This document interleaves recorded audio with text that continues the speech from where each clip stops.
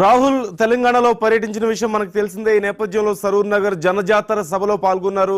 అనంతరం హైదరాబాద్ సిటీ బస్సులో ప్రయాణించి రాహుల్ సందడి చేశారు.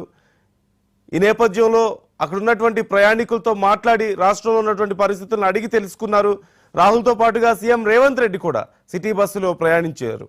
దిల్సుఖ్ నగర్ వద్ద ఆర్టీసీ బస్సు ఎక్కారు. ఈ సందర్భంగా ఆర్టీసీ బస్సులోని ప్రయాణికులను కాంగ్రెస్ పాంచ్ న్యాయ్ కరపత్రాలు అందించారు రాహుల్ గాంధీ. తెలంగాణలో ఆర్టీసీలో మహిళలకు ఉచిత బస్సు ప్రయాణ సౌకర్యం గురించి రాహుల్ అడిగి తెలుసుకున్నారు.